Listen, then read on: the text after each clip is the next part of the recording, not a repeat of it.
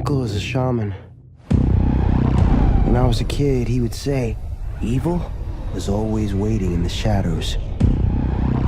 And only one man would rise to stand against it.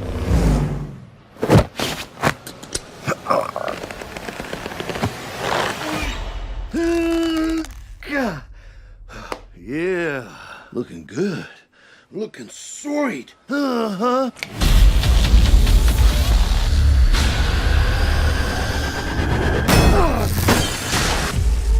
the hell?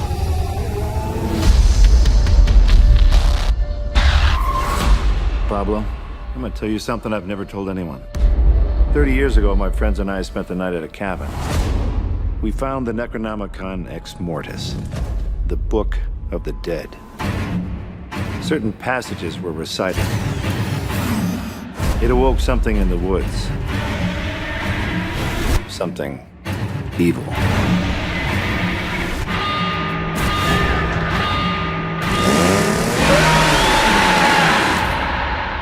I was the only one to escape. But now, the evil has found me.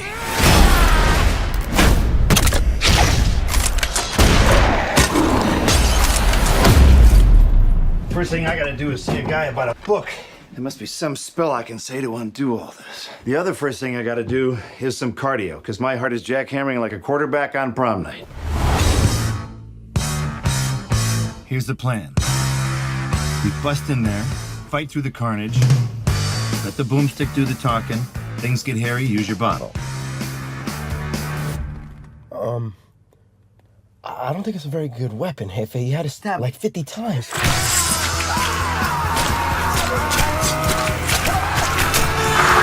I was sharpening it for you. Now, come on.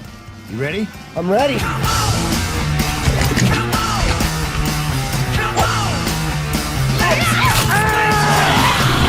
Let's tango, bitch! Fuck.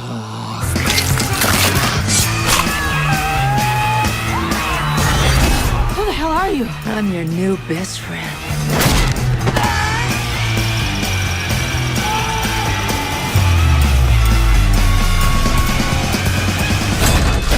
Yo, Granny. Let's go.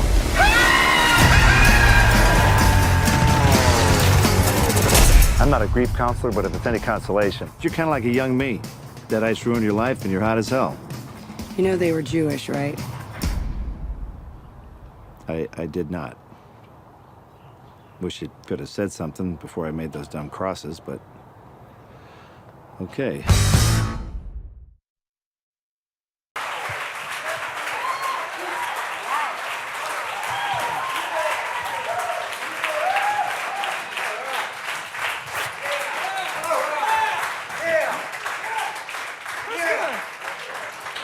God, this is just like Dr. Phil. Your house is on fire. Sorry, he said that once. Did he really? Yeah, your house is on fire. He was trying to convince the guy that his life was screwed up. It's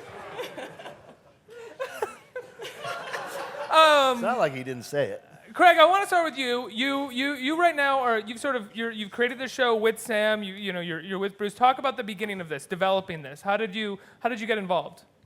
I came in actually a little after the development process, so they developed it. Sam and his brother developed it and started working on it with another writer, and then I came in a little bit after, right when the show was sold. So I just kind of wandered in at the exact right time. And Bruce, when you heard that they were developing a show, what did you think? Were you excited to return to Ash? I wandered in at just the right time. 30 years ago, 35 years ago? Yeah, I was like, what are you guys doing, making a movie? Bruce and I were together. Yeah, we both wandered in. What were you wondering about? Well, the fans have never let us stop hearing about this. This is why this has happened.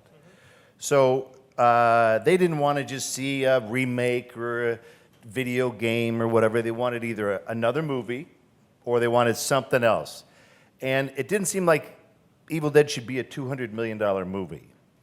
That seems to go against what it was all about, sort of. So really was sort of pitching the idea. Rob Tappert, our other partner, is a very respected television producer.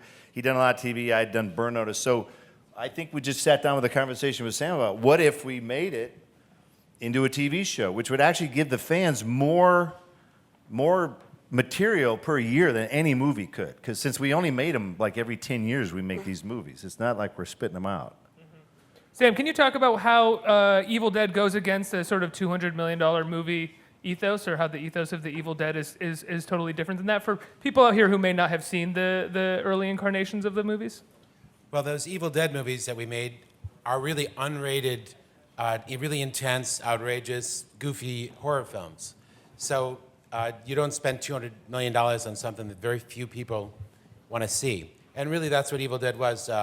Very cultish, not a big audience, and Evil Dead just made enough money that years later, when we couldn't get any other job, they let us come back and make a sequel. Did the same thing happen with Army of Darkness? Well, Army of Darkness was similar. We finished that picture. We had to put our own salaries in to get it to the level we wanted to. And even then, Universal Pictures wouldn't release it. They recut it. They made us shoot a new ending. It's been a very difficult road, actually. During those 3 decades, you want to know why we made one every 10 years? Well, they were never met with warm critical response or audience favor. After Army of Darkness, it was dead. That movie cost $13 million and it made $13 million. I'm not an accountant, but carry the 4. That's a losing venture. So that kind of killed it, but then really it's all that aftermarket stuff, the DVD, the versions. Now there's 17 versions of Army of Darkness. You're an action figurine for a lot of people. I mean, at least the Evil Dead franchise is. Yeah, there's a lot of them out there. Somebody was making a lot of money off these movies. Not you guys? Oh, I'd like to get a hold of them, have a little chat sometime. Maybe in a back alley. I don't know. Bring the... Good point, sir. Thank you. Good point. I don't support chainsaws in back alleys. So How about a little like, boomstick action in a back alley? boomstick, all right. But yeah. Hey, boomstick. how about pay up there, Charlie? What do you say? Oh, I can't hear you. The end of this gun is in your mouth.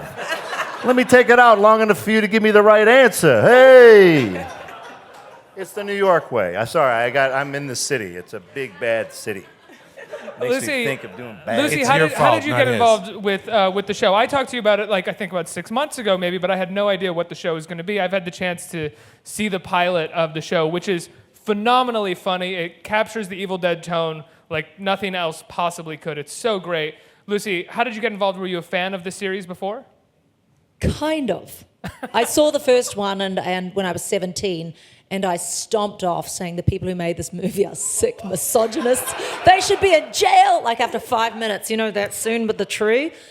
And 12 years later, Love I was that married scene. to one of them. Like, never say never, but I don't know. I think Bruce might have pushed for me to be in it because I was Bruce's little protege. Did you know that? I didn't know that. Yes, Bruce taught me how to be a good star. Is that And, true? How did that happen? Because Rob, when I was becoming Xena, wanted to make sure that his star wasn't holding up the schedule, so he recruited Bruce, and I was like, why is Mr. Tappert making me go off on a hike with this goofball? I don't know who he is.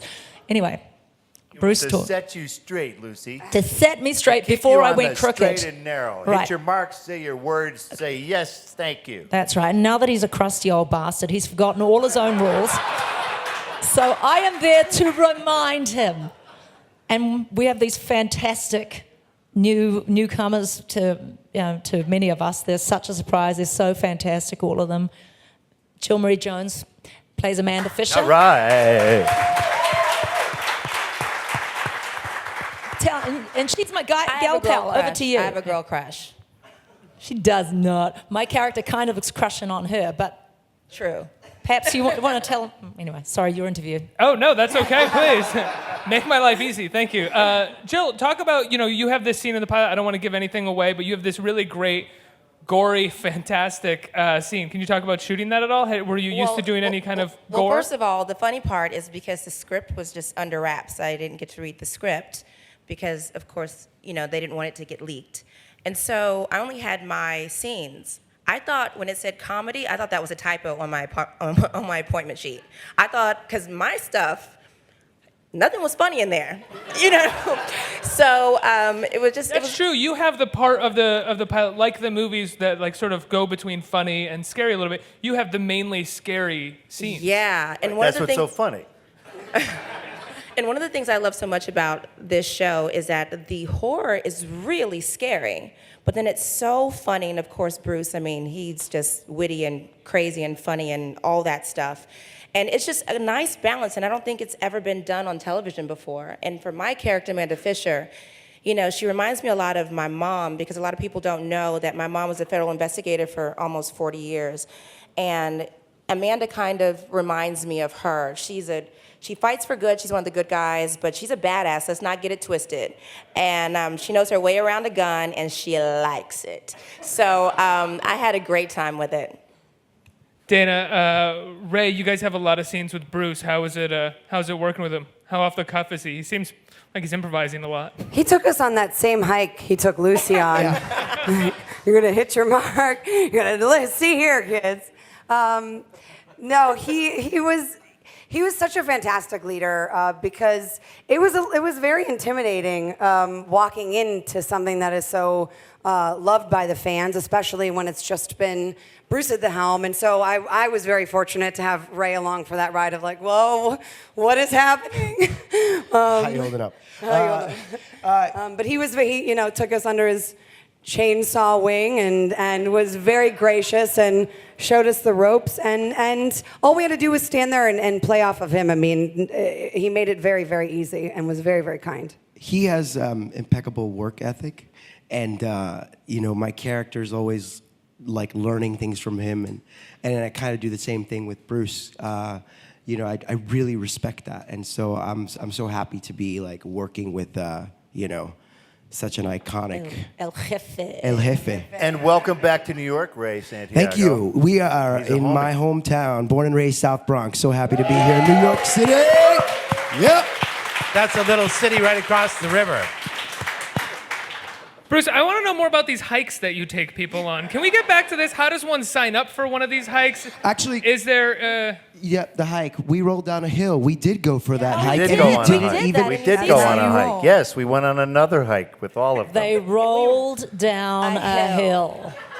No, seriously, we did. That's not even a joke. We really did. It was so much fun. Like for an episode or there's a video. There is a video. I filmed it. He was like, "Hey, let's all roll down the hill." And Bruce got down they all laid down on this hill and just. This is how we roll, and there they went. We roll. Yeah, it's on social media. I got on video. Yes. We were totally joking about the hike, but then we realized that we actually went on that. No, hike. I wasn't joking, but he took us on that hike and showed us what for. This is very personally embarrassing. This discussion. What, the rolling down the hill? Yeah, I think we should get back to the show and the things that are important. It also not goes this fooling around and having a good time. completely against the work ethic thing that he was talking about too. Yeah, that's kind of ixnays the work ethic when you're going, come on, let's roll down this hill. It was stunt preparation. It was for stunts. It was the weekend. It was the weekend, Ray. For Thanks stunts. for pointing that out. Bruce, how much ownership do you feel like you have over Ash and Evil Dead? Do you work with the writers at all? Are you concerned about how they're writing the characters? I own it as long as Sam is not around. Because he owns it whenever he's around, and when he's around, I never know what I'm going to say at any one point. Because there's a script, and then when you go to shoot, I think Sam's still writing in his head. So a lot of things would just come out while the camera's rolling. New lines of dialogue, because he was tired of the old ones. So it's a beautiful thing.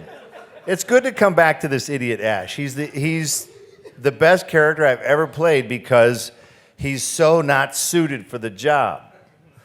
Mostly with this show, you'd have a guy, he's CIA, former Navy SEAL, blah, blah, blah, blah, blah. Ash doesn't know shit from Shinola. I'm sorry, just you can beat curse. that out. You can curse. Beat that out. He doesn't know anything. And that's why the people watching the show go, he's me. I'm him. This is real. So that's what I think. But Sam, Ash kind of developed and changed, and Craig, you can answer this too. He's developed and changed over the course of the movies, or at least from the first one to the second one, right? Yeah. You sort of realizes Bruce's penchant for comedy sort of after the first one, right? Well, Bruce and I had made, with our high school buddies, plenty of Super 8 comedies. That's all we used to do. So when we were making that first Evil Dead, we kind of had to keep our comedy stuff in check and just try and play it straight, even though some of the comedy got out. And then I think we felt more confident with ourselves. Come the second one, we just decided to have more fun with the audience and with the script and let more of the comedy come out. And after the second one, we realized what they really like is Bruce doing his shtick. I mean, they don't even care about the horror so much. So come the third picture, we said, let's just go for, who we are and what Bruce is great at, and make it all about the character of Ash that Bruce plays. And that's why I kind of tilted way into the comedy.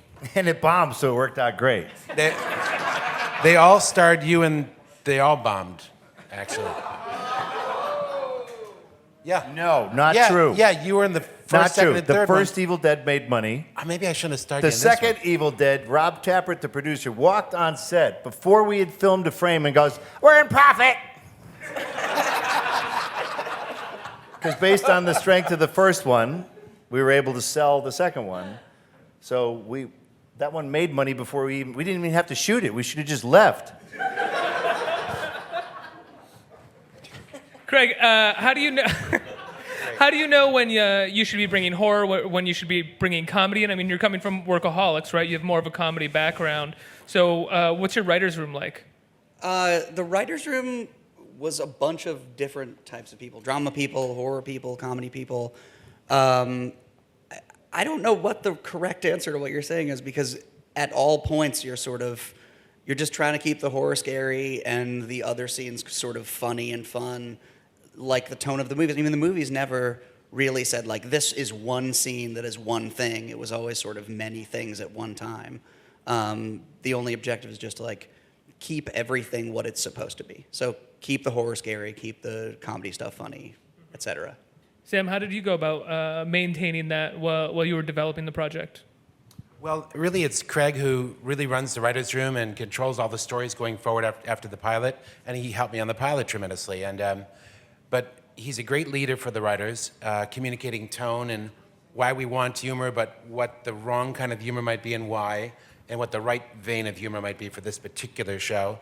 And he's a great mentor to these young writers, and takes ideas really well from anybody if they're good, and I've seen them incorporate them into the whole series. And he's a great communicator with the studio above us, Starz in this case, which is a really easy group to work with. But Well, yeah, they're letting you guys do mostly what you want. It's They've pretty been great. incredible. Have you guys gotten any moment of someone being like, maybe don't cut the head off that way in this scene or anything like that? Well, we had a meeting with some of our potential suitors when it came time to sell this show. And one of the questions we would ask them is, what do we get to do if we worked with your network? And we got a lot of this. Oh, well, on basic cable, whoa, you'd be surprised what you can get away with today. Oh, look at the time. There was only one company that had the right answer, and that was Starz, because they said, do whatever you want. And we signed right then. and this was especially important. It's important. It's important. It would be like castrating a stallion without anesthesia. And then say, go run wild and free. It'd go, I can't. That's exactly what it would have been. Action, Bruce, action. I can't do anything. But you'd have been on the air Cable. for Here's 7 Cable. years, Here's a Bruce. Cable version of Evil Dead. Ash vs. Evil Dead. What the heck are you doing? Shut up. It's none of your doggone business. Cut. Commercial. Hey, I want to use that. I think that's good, better than some of the stuff you guys have been coming up with in the room. You guys are going to USA, it sounds like. Lucy, what were... I've been there. I I realized- know USA. I realized that as I said it, and I immediately felt bad. I'm sorry, Bruce. Demon, I'm going to take this chainsaw and I'm going to do so many bad things to you that we can't see. Here's a commercial. Bruce, you're giving all the good stuff away. Lucy, what you were going to say something? I was going to say, but that show would have been on the air for like 9 years, you know? You'd have been in syndication. Oh, the pain, the pain. Were you guys fans of the series of movies before you stepped onto the show? Had you seen them? I hadn't. Of course, I knew about Evil Dead. I mean, it's iconic. But I got into gore a little bit later in life, and honestly, I really felt like a 13-year-old boy, what that must feel like when I stepped onto the set. I mean, I loved the blood. I was like, more please. It was just amazing. And someone please talk about this man right here with the blood. Oh. Okay. Go for The it. initiation. Well, so You feel How much special time when do we- this how much time happens. do we have? You feel special when this happens. You feel like you're a part of the family. It's like you get blessed by Sam Raimi to be part of the Evil Dead family, but in a little bit of a maniacal way. Like he pops your horror aggressive. film cherry. Yeah, it's But aggressive. what I No one love has actually most- said what happens yet. This is getting more and more cryptic as you guys try to tell this story. There's a bucket of blood. and some apparatus, usually like a paintbrush, and if that's not, and what he normally does, he'll go easy on you first and he just does it, but it's his face. He starts getting this little glisten in his eye. Yeah. And then that's he not loves enough, it. and then he just takes the bucket and he's like, more blood. And then he gets the look on his face that he gets when he tortures Bruce, which is like this, oh, this is so fun, but I'm gonna pretend it hurts me, but I love it. Remember this because in the pilot, you actually see these moments like they made it to the cut where for the first time the blood is hitting our faces. And so it's just an epic moment. As a kid, I always watched horror films and I wanted to be the person running from the monster and I wanted to be the person saving people from the monster. And so it's just really great to be part of this monster fighting trio and group of people, so it's awesome. Yeah, if you're a horror fan and you're getting blood thrown at you by Sam Raimi, that's pretty much heaven at that point. I That's mean, like there it is. Everything that you would have ever wanted. Sam Who is wants a piece of heaven? Step right up. Piece of heaven. I'm sure. I'm actually kind of curious. If we had told you that Sam Raimi has a bucket of blood on stage right now and is willing to throw it on you, hands up, who would want to do that right now? Whoever Watch didn't his raise their hands, get out. You don't belong here. Sam, is doing something like going back to Evil Dead and going back to horror and horror comedies, is it somewhat cathartic for you after doing like a huge movie like Oz the Great and the Powerful? Yeah, it's like a wonderful relief working with Bruce and Rob Tappert, our other partner, in a genre that we're very familiar with, and in a continuing story where we really know what's leading up to it, why the characters are making the decisions. Because the easiest thing is to direct when you know the characters. If you know the characters, you know where to put the camera, you know they're angry, you know they're gonna storm over to that door, and it's the easiest thing in the world. But if you don't really know everything about the characters, you're trying to figure it out, and it can be a very difficult and uncertain task. How many callbacks to the original movies do you want to have within the series? I mean, immediately there's I noticed one of the first shots in the pilot is the shot that you had in Evil Dead, which was like two cameramen with the camera on a 2x4, right? Or on a piece of wood running through the woods. You have I would say, much smoother version of that in this pilot. Are you going to be doing a lot more things like that are sort of stylistic references and callbacks? Well, it's not that we're trying to do callbacks to those pictures, but this is a continuing story of the exact same character in his same life, just 30 years later, dealing with the same Necronomicon, the same demons that are called forth from it. So, yes, we're trying to work in the same style as those pictures, but there aren't really so many intentional callbacks as it is just a continuing story with familiar characters. I love the scene where I don't want to give anything away again, but the scene where the Necronomicon comes out and how the demons come back. It's really, really funny what you do in that scene, Bruce. Well, since we can't talk about it, there you have it. Sure glad you liked that scene. I love that scene where That scene he's talking about, that funny scene? where I do that thing. Yeah, For that that was- guy. That was not meant to be funny for both of you. That was a straighter scene, spoke to evoke pathos. Craig. You had something back there. I was gonna just talk a little more about that scene. I The think scene we've that we given can't too talk much about. away already. Yeah, it was supposed to be just a super dramatic scene. And now look at it. If you could. My fault, guys. Lucy, have you had the good fortune of having Sam Raimi throw blood on you yet? No, I came to the piece a bit later because I was working on something else. So my character kind of does a slow burn. First, they set up the world of there's Ash, and he's got these two lame-ass friends who become kind of his family.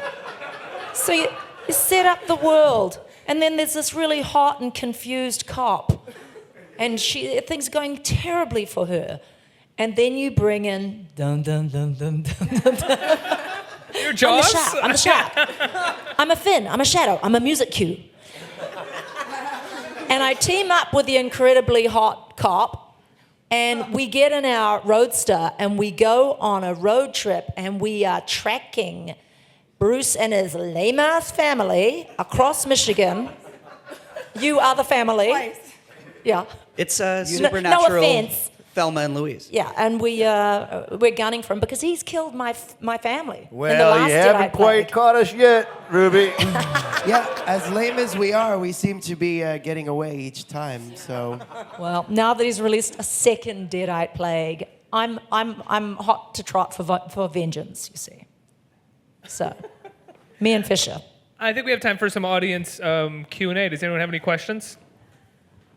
Hey, huge Evil Dead fan. Can't wait to see this show. I find it interesting you call it Ash versus Evil Dead, since crossovers are a huge thing. And I think you know where I'm going with this. In the future, could Ash fight something else, someone else? Ash versus Freddy versus Jason? Could that still happen? Oh my goodness. Ash versus Freddy versus Jason. We had that conversation. And here's how it went. Ring. Hello. Hi, this is New Line Cinema. Hey, we were thinking of making Ash versus Jason versus Freddy. What do you think about that? I think it's a great idea. Now Ash can finally kill Jason and Freddy. Hello. Well, they must have gone into a canyon. And that was the end of that conversation. Because what people don't understand, all of these movies are owned by different entities. And these entities want to go on forever. And the minute you say, we're going to kill Freddy, the people in business affairs go, you can't kill Freddy. We can't kill Freddy. But they kill Freddy at the end of every movie. Every movie. Yeah. And then he comes back at the end of the credits, his eyes open again. It's a little silly, don't you think?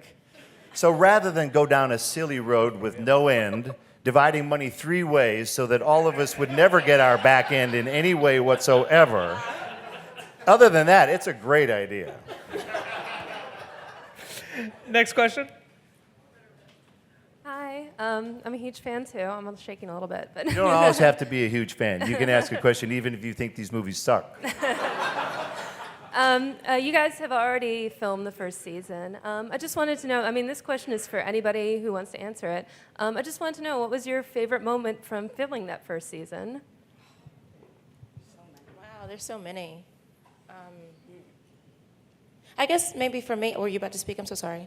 I think maybe for me is that I didn't realize how much I loved the stunts, doing stunts. I'd never done that before as an actor.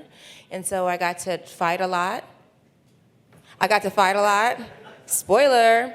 And just the shooting of the guns and kind of being a badass, I kind of loved it. So that was a surprise to me, and the fact that I love blood.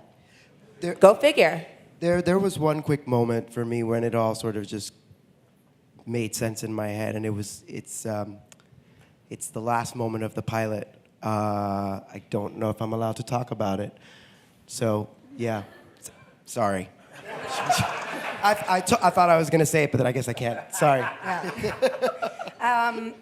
Well, without saying it, because we both talked about it, Ray and I had this moment where we looked at each other, and all you need to know is it was where it really dawned on us, looking at Bruce Campbell and his chainsaw wielding glory, and Sam Raimi behind the camera, and Rob Tappert in the background, and I think it just really dawned on both of us at that time, like, wow, we're witnessing something so special, and we have a front row seat. So we were both just really grateful, and I think we both cried a little bit, and then we jumped up and down. We had a little, Well, we did it. but also we This did is why that- we're lame, guys. This is why Lucy thinks we are lame.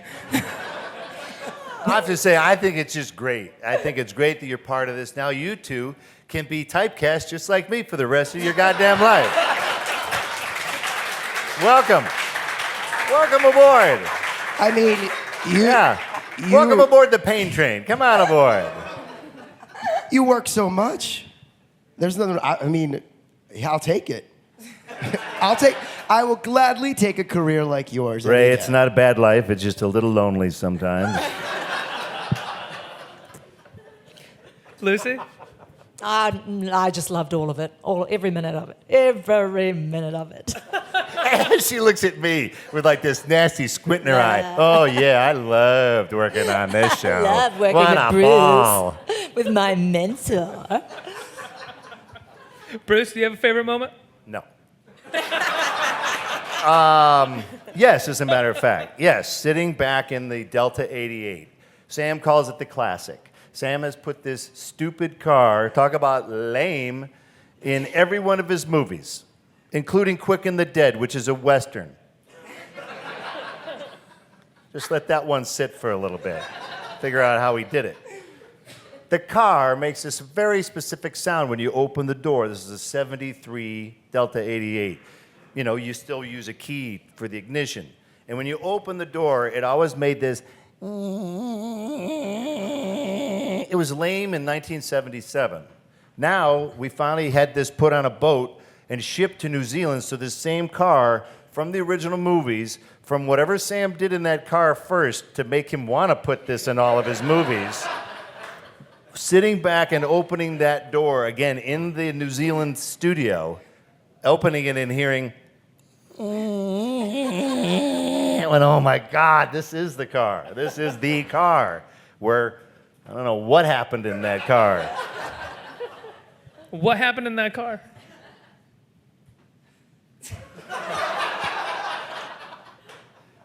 We may have stumped the great Sam Raimi. I thought you liked that car, Bruce. You don't like that car, do you? Oh, it's not about that, Let the Sam. truth come out. Just tell us how you feel about the car. You don't like it, do you? I just don't know why you're so consumed about an inanimate object that You know, can't give you any love back. I'll tell you all what it it can do is. is stare back at you. It We can gives me get a Ash lot like a more. Nissan next season if you want, or just some other, like a nice import. Like a car that can It turns start. on when you yeah, put let's her in the do. key, Let's sure. start with that. Let's see you try and make an Evil Dead without my car. Let's see you try. Audience, will walk right out. Let's show them now. Let's get out of here, everybody. No, all right, Let's all show right, 'em. all right. Just Sam, I was just kidding about the car. We'll use your car. Raise your hand if you like my car. Oh, that's Thank not you. a ton of hands, Okay. though. Let the show go on. Let's go on. Sam, Craig, Let's do you just guys have- pretend none of this ever happened. Do you guys have favorite moments since we're going around the horn here? I loved first day on the set, just meeting everybody. And every time we're introducing one of these new characters to the show, it was very exciting because suddenly, the lights and the crew are there and they've got to go on. Their character has to have been in existence in the minds of the audience for 20 years or however old they are. And they have to have it all down pat on that first shot. And there's a lot of questions back and forth. And I haven't figured everything out and they haven't. And it's a great collaboration, exchange of ideas, super exciting. And there's a time clock on you. And it's cool. So I like that moment when we're first working together. Craig? It's so hard. You can't say what the moment is. I said at Comic-Con there was a favorite sort of gag we did with a deli meat slicer, so that was one that I liked a lot. But also that episode in particular, it's sort of more than halfway through the season, seemed like where a lot of things kind of clicked together, and it's an episode that is fun and funny and also crazy, over the top, gory. One of my faves. Could I highlight one of my favorite moments? Please. When the trailer dropped on Facebook and it got 15 million views. I think that was my favorite moment of the thing. So thank you for that. Thank you. Because thank you, guys. I think that's where everyone at Starz did a collective spit take. That people might watch the show. People are going to watch the show. It's great. Next question. Hello, and thank you for being here. Bruce, I remember watching you on Briscoe County Jr. I grew up on it, so... That was 20 years ago. Yeah. 20 years ago. I might be that old. You're old now, I can tell. Yeah. My question's more for Sam and Bruce. The special effects capabilities now versus 25 years ago are vastly changed. So what was the process like? What was the differences, the big differences coming in from, the movie in the 80s to now with an immense amount of technology to make it that much more gory and crazy? Well, you're right. Technology's really changed, and these kind of visual effects and mechanical effects that we use in The Evil Dead are usually digital now.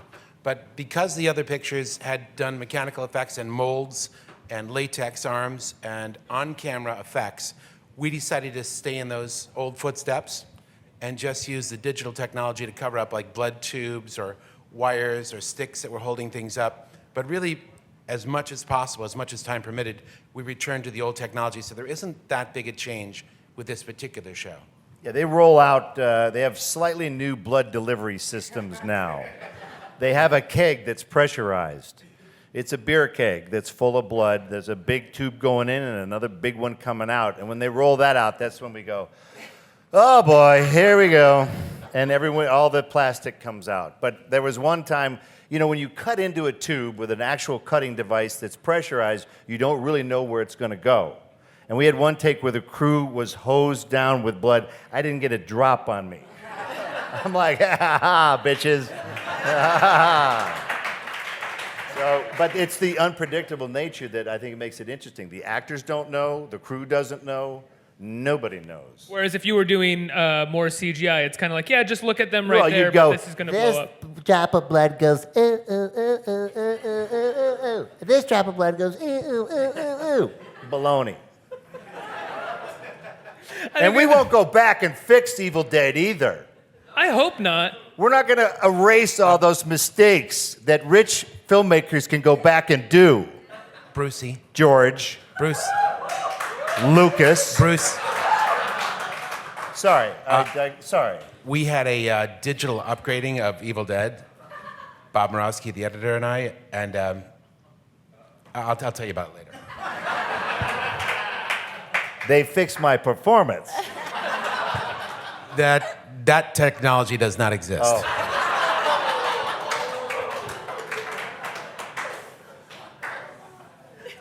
Nothing could improve upon perfection. Thanks for that question.